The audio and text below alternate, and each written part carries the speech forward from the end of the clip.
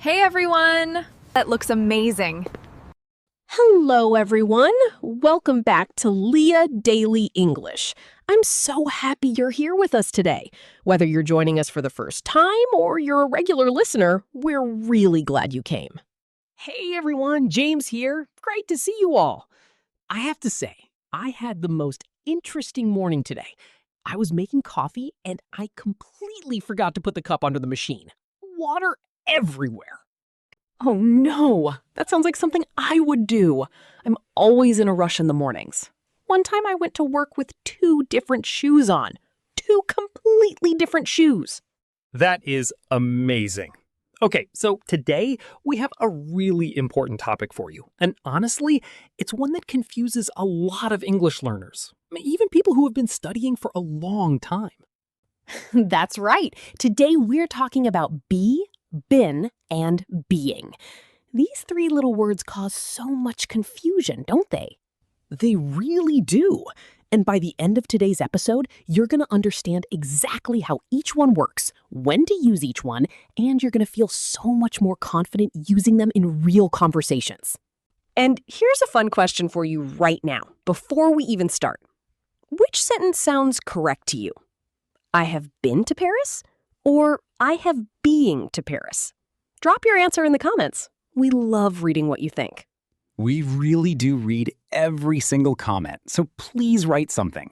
And if you haven't subscribed to Simple English Talks yet, hit that subscribe button right now. It's free, and it means you'll never miss an episode. Yes, subscribe to Simple English Talks and join our amazing community of English learners from all around the world. We have listeners from Brazil, Japan, Korea, India, Turkey, everywhere. Okay, let's not wait any longer. Let's dive in and talk about these 3 words, starting right now. All right, let's start with the basics. Be, been, and being all come from the same verb, the verb to be. This is one of the most important verbs in the English language. You use it every single day. Every single day! Think about it. I am tired. She is happy. They are ready. The verb to be is everywhere. Now, be, been, and being are 3 different forms of this verb, and they each have a specific job. Let me explain each one simply. First, be. This is the base form of the verb. It's the infinitive form. So you use be after modal verbs. Things like will be, can be, should be, must be, would be. For example, it will be okay. This can be difficult. You should be careful. Oh, I love those examples. Here's one from my real life. Every morning before I go to work, I tell myself, today will be a great day. I literally say that out loud to myself in the mirror. That's such a good habit. Okay, another one. You must be very tired after that long journey. Or, this exercise can be tricky, but don't worry. Now let's talk about the negative form. For be after modals, you just add not. So, it will not be easy. Or, in the contracted form, it won't be easy. She can't be serious. You shouldn't be so hard on yourself. You shouldn't be so hard on yourself. I love that one. A lot of English learners are very hard on themselves when they make mistakes, but mistakes are how you learn. Exactly. And here's a quick practice for you right now. Can you make a sentence using will be or can be? Something from your own life. Write it in the comments. We want to see your sentences. Now the second form, been. This is the past participle of to be. And the most important thing to know about been is that it always comes after have, has, or had. Always. So you'll hear things like, I have been busy. She has been sick. They had been waiting for a long time. The structure is have, has, had, plus been. And it's often used to talk about an experience or a state that started in the past and is still connected to now. Like, I have been a teacher for 10 years. That means I started 10 years ago and I'm still a teacher now. Oh, that's such a great way to explain it. Here's mine. I've been a fan of this podcast since the beginning. See how it connects the past to right now? Perfect. And the third form is being. This is the present participle, the ing form. Being is used in two main situations. First, in continuous tenses with a form of to be, like am being, is being, was being. Second, as a gerund, a noun form. We'll talk more about both of these in the next sections. So just to quickly review, be comes after modal verbs, been comes after have, has, had, and being is the ing form used in continuous tenses and as a noun. Can you remember all three? Write them down. That really helps. Okay, now let's go a little deeper. We're going to look at been more closely in the present perfect tense, and then we're going to look at being in the passive voice. And don't worry if those grammar words sound a bit scary. We're going to explain everything in simple, real-life language. No textbooks here. So let's start with been and the present perfect. The structure is subject plus have or has plus been plus adjective or noun or past participle.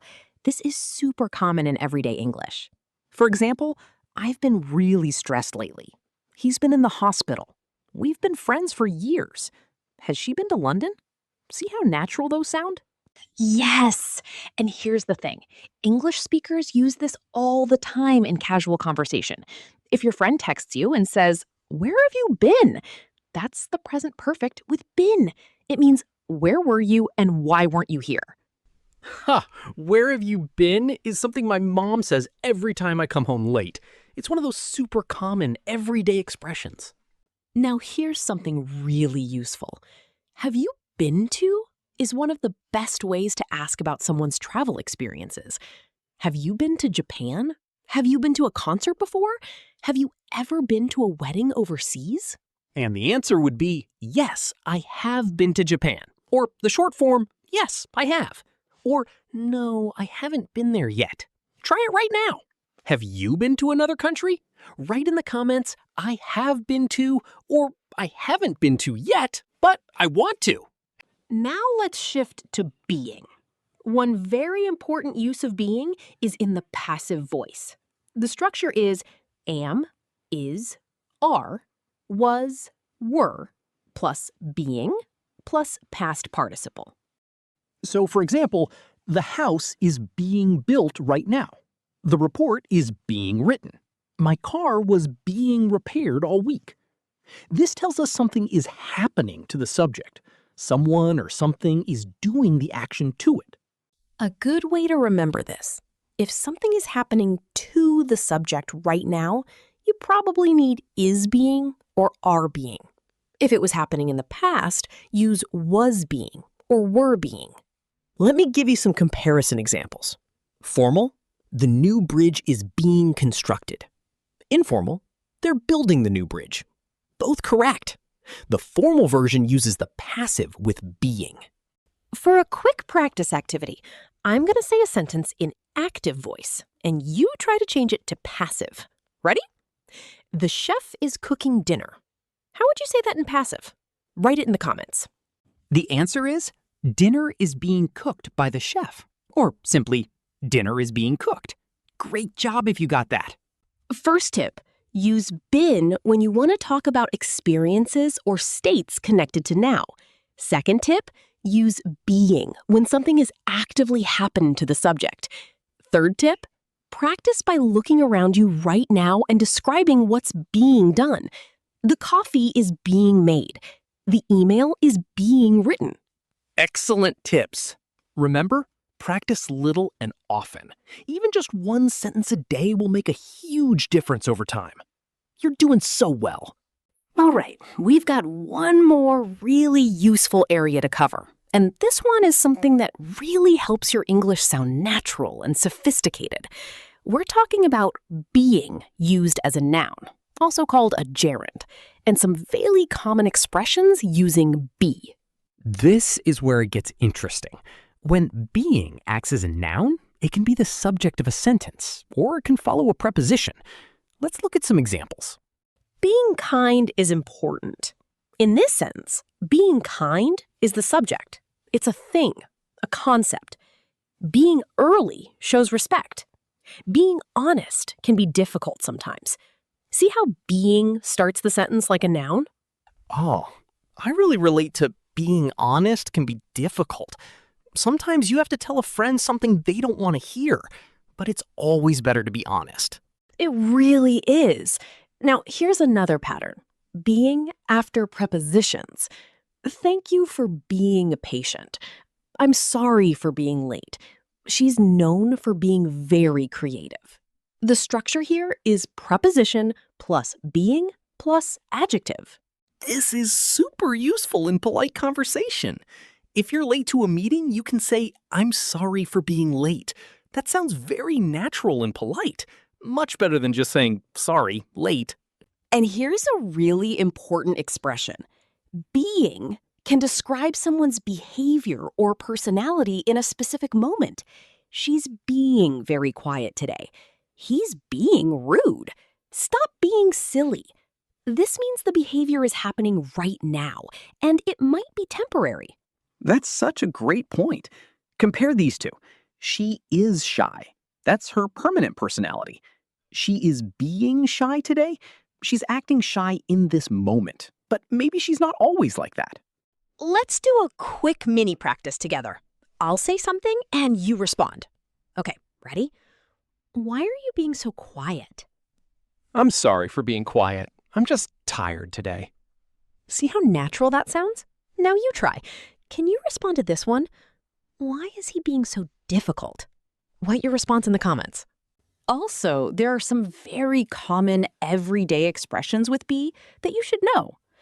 To be honest is used when you're about to say something very genuine. To be fair is used when you want to consider both sides. Be yourself is a phrase of encouragement. Be yourself is my favorite. We say it to people when they're nervous, like before a job interview or a first date. Just be yourself. You're great. And one more. Being yourself. I love being myself. It's important to feel comfortable being yourself. See how that ing form gives it a noun quality? Fantastic. So now you know. Being can be a gerund subject, it can follow prepositions, it can describe temporary behavior, and it appears in tons of everyday expressions. The more you notice these patterns, the more natural your English will become. Okay, it's time for our favorite part of every episode, common mistakes.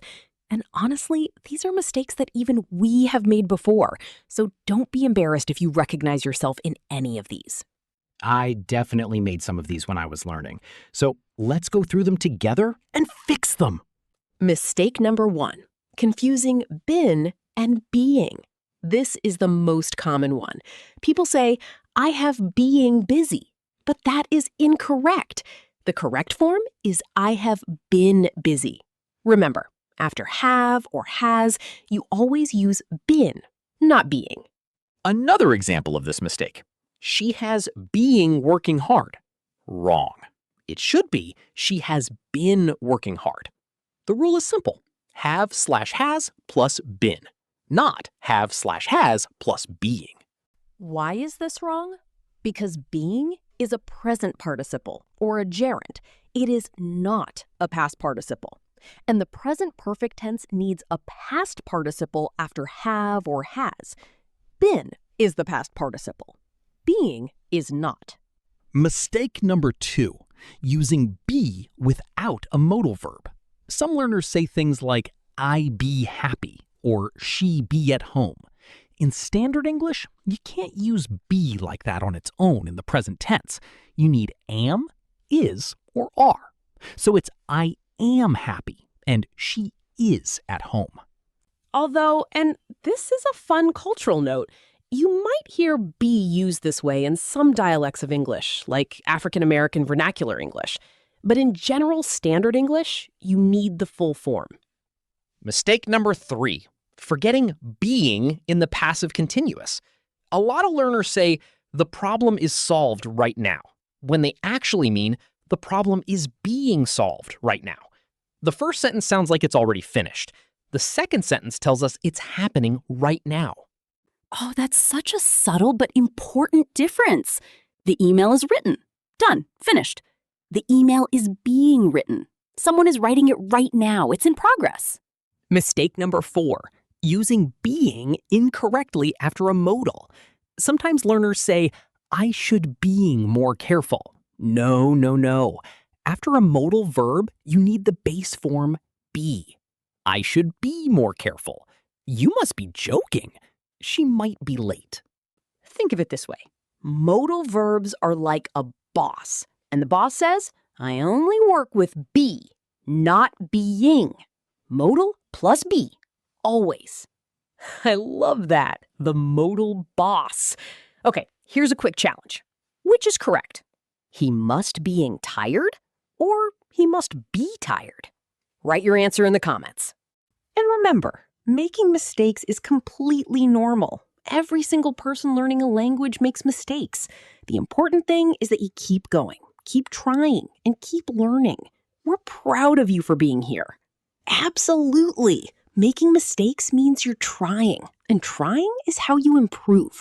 You're doing amazing. All right, everyone, it's practice time. This is the part of the episode where we work together, and I really want you to say these answers out loud. Don't just think them, say them. Speaking out loud is one of the best ways to improve your English. That's right. Even if you're alone at home, say the answers out loud. Your brain learns so much faster when you use your voice.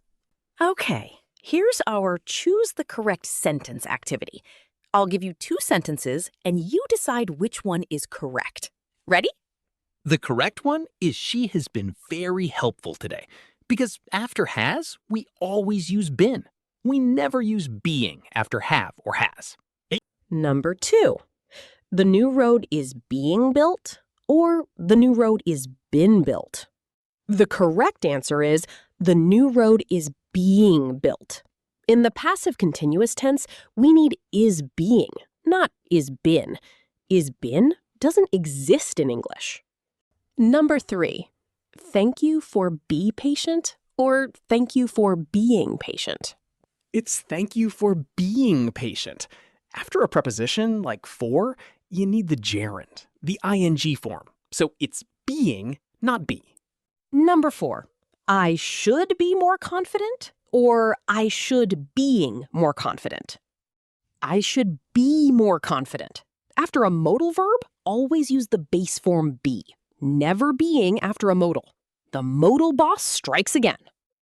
Okay, and now the challenge.